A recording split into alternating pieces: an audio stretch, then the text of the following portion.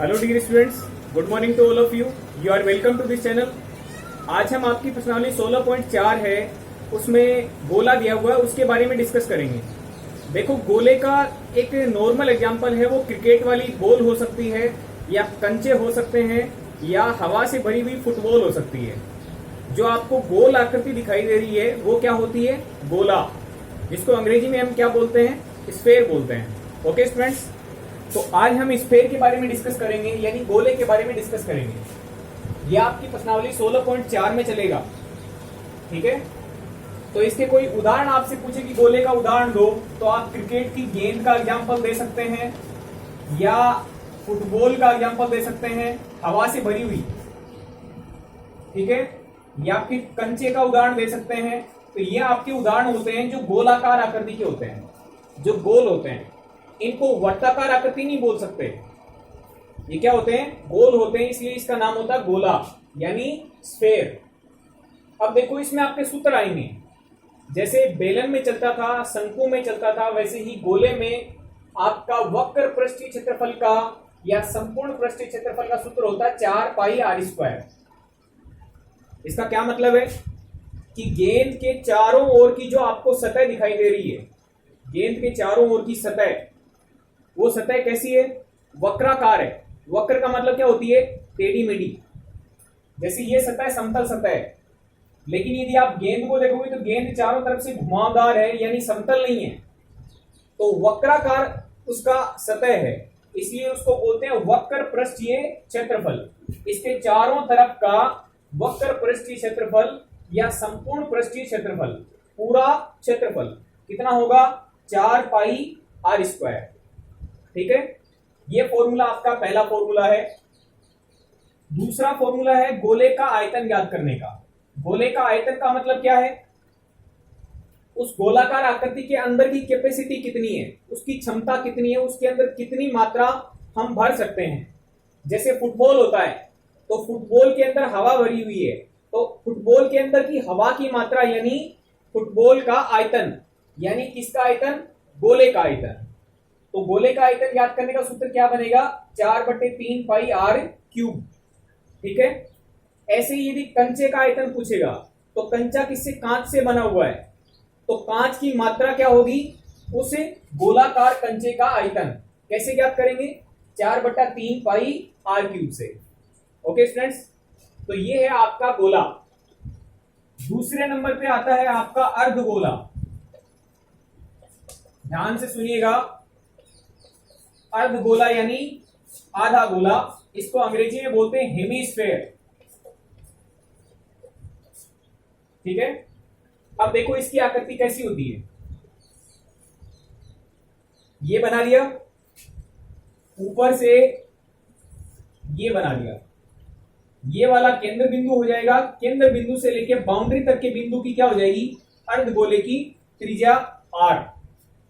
Okay students, गोले में भी जो गोले का भीतर का सेंटर पॉइंट है, उस सेंटर पॉइंट से बाउंड्री तक की जो लेंथ होती है, लंबाई होती है, उसको क्या बोलेंगे? त्रिज्या बोलेंगे। ऐसे ही ये आधा गोला कटा हुआ है। जैसे रबर की गेंद है या फिर फुटबॉल है, उसको यदि आप बीचों बीच आधा काट देंगे, जैसे बीच से काटा गया है, तो बीच से काटने पर नीचे वाला हिस्सा ऐसा दिखेगा, ऐसा ही हिस्सा ऊपर भी होगा। लेकिन हम आधे गोले की बात कर रहे हैं, इसका मतलब दोनों में से कोई सा भी ले लो। हमने नीचे वाला ले लिया। अब देखो इसमें क्षेत्रफल कितने हैं? इसमें क्षेत्रफल 2 हैं। एक तो ये नीचे वाला घुमावदार, ये जो आपको सतह दिखाई दे रही है, ये सतह कैसी है? वक्राकार सतह, ठीक है। तो वक्राकार सतह, इसका मतलब ये तो हो गया आपका वक्र पृष्ठ, ठीक है।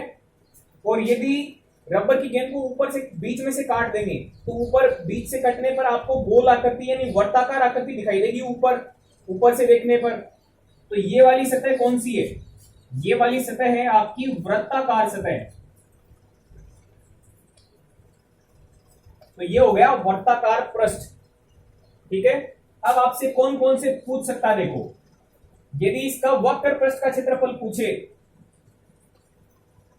अर्धगोले का वक्र पृष्ठ का क्षेत्रफल पूछे, तो आपका बनेगा कितना, 2πr²। कैसे बना, देखो पूरे वक्र पृष्ठ का क्षेत्रफल होता है 4πr²। आधे गोले का निकाल रहे हैं, इसका मतलब 2 से भाग दे दो, तो 4πr² में 2 से भाग दोगे तो 2πr² आ जाएगा। ओके, देखो ध्यान से, दूसरा फॉर्मूला आ रहा है, अर्ध गोले का संपूर्ण पृष्ठीय क्षेत्रफल, अर्ध गोले का संपूर्ण पृष्ठीय क्षेत्रफल। तो संपूर्ण पृष्ठीय क्षेत्रफल की बात कर रहा है, इसका मतलब यह है कि जब आप रबर की गेंद को काट रहे हो तो आपको ऊपर वाली सतह पे भी क्या दिखाई देगी, रबर दिखाई देगी। तो ऊपर वाली सतह कैसी है, वृत्ताकार पृष्ठ। तो वृत्ताकार पृष्ठ का क्षेत्रफल और प्लस में घुमावदार यानी वक्र पृष्ठ का क्षेत्रफल, दोनों क्षेत्रफल मिलेंगे तो बनेगा संपूर्ण पृष्ठीय क्षेत्रफल। तो संपूर्ण पृष्ठीय क्षेत्रफल का सूत्र कैसे निकालेंगे, 2πr² तो है वक्र पृष्ठ का क्षेत्रफल, और ऊपर वाला वृत्ताकार पृष्ठ का क्षेत्रफल कितना है, πr²। तो संपूर्ण पृष्ठीय क्षेत्रफल का सूत्र बनेगा आपका 3πr²। ओके स्टूडेंट्स, ठीक है। यदि ये खोखला गोला होता, खोखला इसका मतलब कटोरी की तरह समझ सकते हो आप, तो इसके अंदर ऊपर सतह नहीं बनेगी।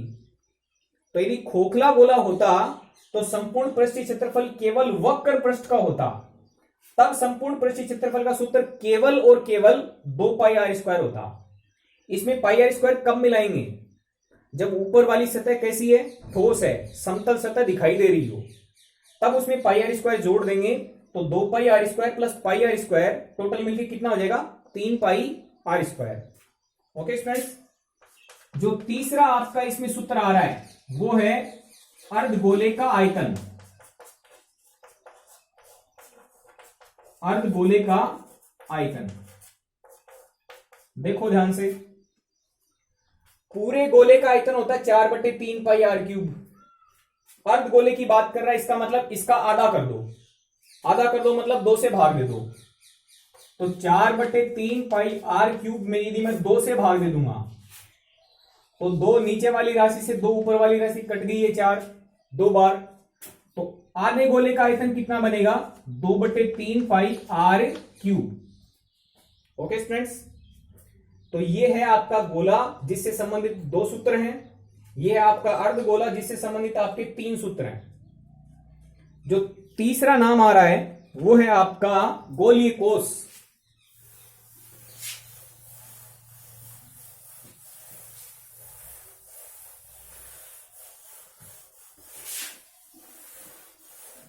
ये सूत्र आपको याद रखने हैं प्रश्नावली करने के लिए।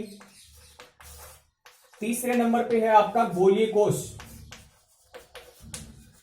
जिसको अंग्रेजी में बोलते हैं स्फेरिकल सेल।